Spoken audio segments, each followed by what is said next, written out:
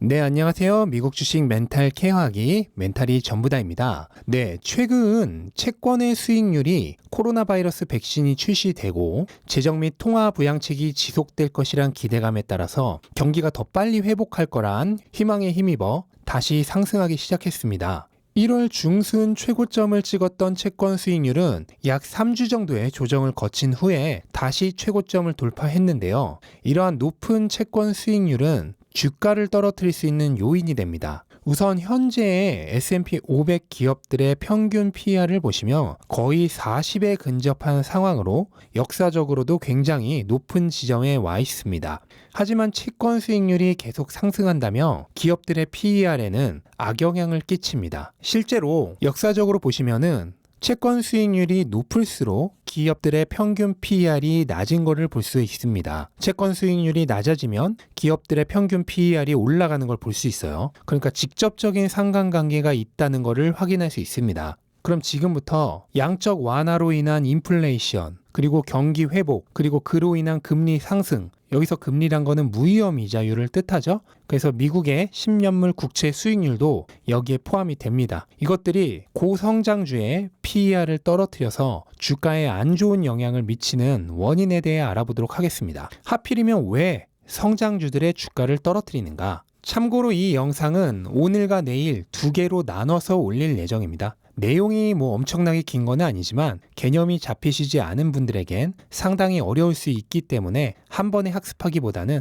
복습도 하면서 시간차를 두고 익히시는 게 더 나으실 거란 판단해서입니다. 현재 민주당의 집권과 페드의 테이퍼링, 그러니까 양적 완화를 줄여나가는 것을 현재는 할 계획이 없다는 사실이 확인되면서 양적 완화, 그러니까 돈 풀기가 계속될 것이라는 기대감으로 차 있습니다. 양적 완화는 두 가지 측면에서 빅테크들에게 좋지 않습니다. 우선 대규모의 양적 완화로 경기가 좋아질 것으로 기대가 된다면 사람들은 당연히 가치주, 경기 민감주를 더 선호할 겁니다. 이제부터 경기가 회복될 경기 민감주에 더 투자를 하려고 하겠죠. 그렇다면 당연히 기술주, 그 중에서도 상대적으로 가장 덩치가 큰 빅테크들이 피해를 보게 됩니다. 두 번째로는 금리와 관련되어 있습니다. 여기서부터는 처음 개념을 접하시는 분들은 굉장히 어려울 수 있기 때문에 집중해서 따라오셔야 합니다. 우선 첫 번째로 알아볼 거는 양적 완화로 인한 인플레이션에 대해서입니다. 현재 민주당이 집권을 해서 이번에도 1조 9천억 달러의 부양책을 패스트트랙으로 통과시키겠다고 얘기를 하고 있죠.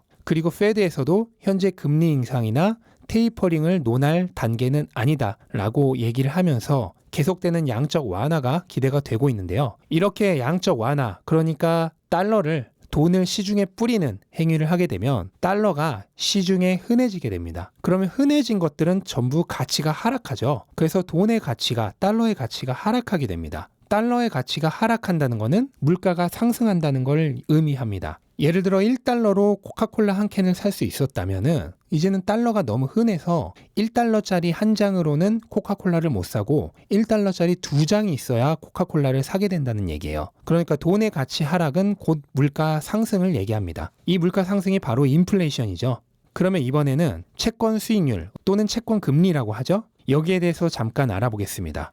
채권 수익률과 금리에 대해서 사전에 좀 알아두어야 할 지식이 있는데요. 원래 채권 금리와 채권 수익률은 서로 다른 말입니다. 채권 금리라고 하면은 표명 금리를 얘기해요. 그래서 그 채권이 발행될 때 이 채권이 만기 시에 몇 퍼센트의 이자를 주는 채권이다 라고 하는 금리를 얘기하고, 수익률이라고 하면은 내가 채권을 산 시점으로부터 만기 시까지 보유하고 있을 때 몇 퍼센트의 수익을 얻을 수 있을까를 얘기를 하는 건데, 근데 일반적으로는 그냥 채권 금리, 채권 수익률을 혼용해서 사용합니다. 그리고 명확하게 표명 금리를 특정해서 얘기하고 싶을 때는 표명 금리라고 얘기를 하고요. 그렇지 않고 그냥 일반적으로 얘기할 때는 그냥 금리, 수익률 혼용해서 사용하고요.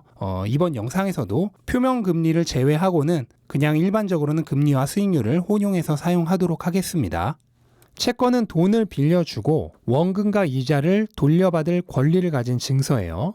그래서 만약에 이자가 10%라고 하면은 지금부터 하는 모든 채권의 금리는 계산하기 쉽게 전부 다 단리로 하겠습니다. 1만 원짜리 채권이 있다고 했을 때 이자가 10%라고 하면은 만기 때 1만 1,000원을 받는 거예요. 근데 어떠한 이유로 채권의 수요가 상승을 합니다. 그러면 당연히 수요가 많아지니까 가격이 상승하겠죠? 그래서 채권이 15,000원이 됐어요. 그런데 채권 가격이 올라도 돌려받는 만기 때 채권 금액은 똑같이 11,000원입니다. 그러면 15,000원에 이 채권을 산 사람은 이자로 치면 4~5% 정도의 이자밖에 받지 못하는 거죠. 보시다시피 채권의 가격이 오를수록 채권의 수익률, 금리는 오히려 내려갑니다. 반대로 채권 가격이 내려가서 채권이 9,000원이 됐다. 그러면 채권 수익률, 금리는 거의 20% 가깝게 되는 거죠. 이처럼 채권의 수익률과 채권 가격은 서로 반대로 움직인다는 사실을 먼저 확실하게 숙지를 하고 계셔야 합니다. 자, 이제부터는 물가가 계속 상승하게 되면 필연적으로 금리가 높아지는 이유에 대해 얘기해 볼 건데요. 그러려면 우선 이 공식을 알아야만 합니다. 바로 피셔 방정식인데요. 명목 금리는 실질 금리 플러스 물가 상승률. 명목 금리가 고정되어 있는 상태에서 물가가 올라가면 실질 금리는 낮아집니다. 명목 금리가 5%인데 물가 상승률이 5%면 실질 금리는 0이에요. 그러면 아무도 은행에 돈을 맡기지 않겠죠. 그러니까 물가가 상승을 하면은 명목 금리도 같이 상승을 해야 합니다. 그래야지만 실질 금리가 유지가 되니까요.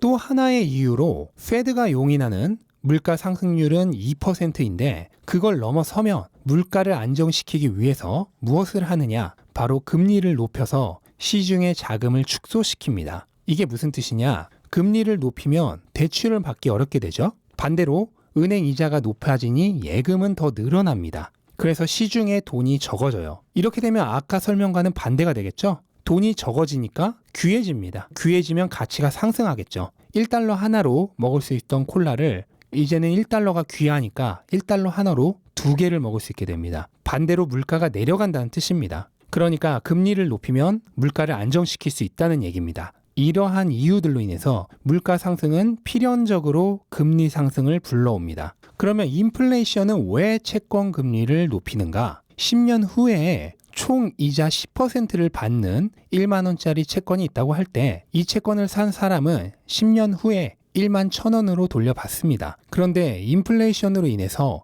10년 후에 물가가 20%로 상승한다면 채권을 가지고 있는 사람은 바보가 됩니다. 1만 원은 10년 후에 11,000원으로 돌려받는데 지금 1만 원짜리 물건은 10년 후에 물가가 20% 올라서 12,000원이 되니까 그렇게 되면 채권을 아무도 안 사겠죠. 그럼 채권의 가격이 하락합니다. 앞에서 채권 가격과 채권 수익률은 반대로 움직인다고 했죠. 그러니까 채권의 수익률, 채권 금리는 반대로 상승하게 됩니다. 10,000원짜리 채권이 9,000원이 되었는데 나중에 받는 건 똑같이 11,000원이라면 금리는 20% 정도로 상승하게 되는 겁니다. 이러한 이유로 인해서 인플레이션은 채권의 수익률, 금리를 높이게 됩니다. 자, 여기까지 양적 완화와 인플레이션이 금리에 미치는 영향에 대해 알아봤고요. 내일은 이 금리 상승이 기업들의 주가를 낮추게 되는 직접적인 이유에 대해 알아보도록 하겠습니다. 네, 혹시라도 오늘 내용 중에 이해가 안 되는 부분이 있으면 다시 한번 돌려보면서 복습하시길 바라고요. 이만 마치겠습니다. 영상 도움이 되셨다면 구독과 좋아요 부탁드리고 좋은 하루 되시기 바랍니다. 감사합니다.